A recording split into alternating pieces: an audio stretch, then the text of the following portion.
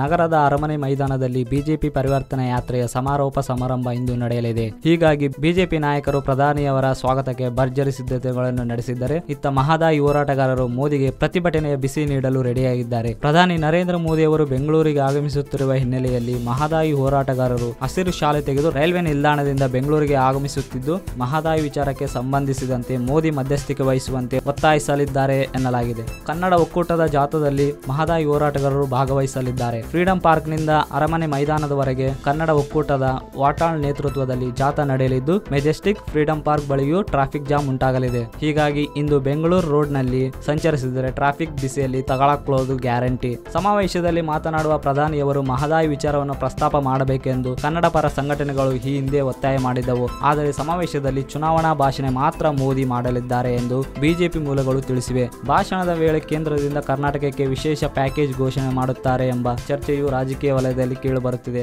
ಈ ವಿಡಿಯೋ ನಿಮಗೆ ಇಷ್ಟವಾದಲ್ಲಿ ಲೈಕ್ ಮಾಡಿ, ಶೇರ್ ಮಾಡಿ, ಸಬ್ಸ್ಕ್ರೈಬ್ ಮಾಡಿ.